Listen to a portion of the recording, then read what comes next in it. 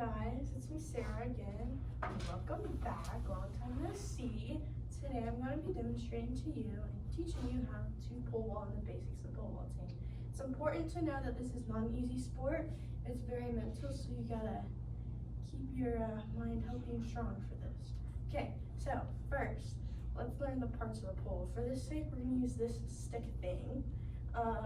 So the parts of the pole, this is the bottom, the butt of the pole. Usually the pole has a plug at the bottom. This is the top of the pole. It has our weight label and the bend of the pole and how long the pole is. And then we have our grip tape right up here. And then it's gonna usually have like a label of what the pole brand is. And we'll get into that later. So first, let's talk about how to hold the pole. Now, for today, we're gonna use left-handed dominance as the example, just for the sake of essentials. I'm left-handed, so it's easier for me to teach that way. So let's start with our top hand. So your left-handed dominant hand is the top hand. It goes on the top of the pole. The bottom hand, known as your right hand, goes on the bottom of the pole. And when you go to pick up the pole, you're gonna angle it down, hold it at your hip. Now, important thing, like I mentioned earlier, is looking at the label and making sure that the label is facing outwards at all times. And there is a pole vault drop sequence that we'll learn a little bit later on to figure out how to properly drop the pole and not die. So next, let's talk about how to run. So first, let's talk about our plant first. So our plant, whenever we plant, we want to look like this with our arms straight above our head. Now, when I was talking about the pole vault drop sequence a little bit ago, it's you start at your hip, and you go to your rib, then you go to your head, and then you go straight above your head. And when you're straight above your head, that's when you jump. You put all your pressure into the pit. You're keeping that all the way in. That's how you get your perfect plant. But not many people have this, me included.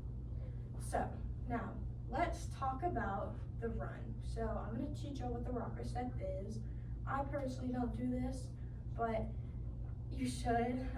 So you're going to start with your left foot back behind you, just about a foot behind you, and then you're gonna take your right foot, anchor back on your heel, and then you're gonna start running. Now I'm gonna teach y'all, I'm not gonna actually do this, but I'm gonna walk in place and show you. I'm gonna teach y'all the 4-step walk, run, and how to pole drop with that. So when you rock her back, you wanna make sure that your pole is at rest at all times, whether it's with drills or with running. So you're gonna rock a step back, and then every right step that gets put down is a step. So at your 4th step, you're gonna go 4, you're at your hip, 3, you're at your rib, 2, you're at your head, 1, you're at your head, you're above your head and you jump. Now, this might seem a little scary, but to start, you just wanna get used to it and not die. It takes time, I promise. My first year doing this, it took a while to get it, but it's fine. So this, I guess, is what you can call the basics. So now we're gonna get into a little bit more in depth on how to properly jump and get upside down, which is what we call being inverted. So on your 4th step, you're like this into the pit and you jump up as high as you can. You wanna swing as hard as you can with your right leg to create momentum. You're gonna create this L shape where your leg is parallel to the ground. And as soon as you feel that, that's when you get your feet to your hands. You keep swinging.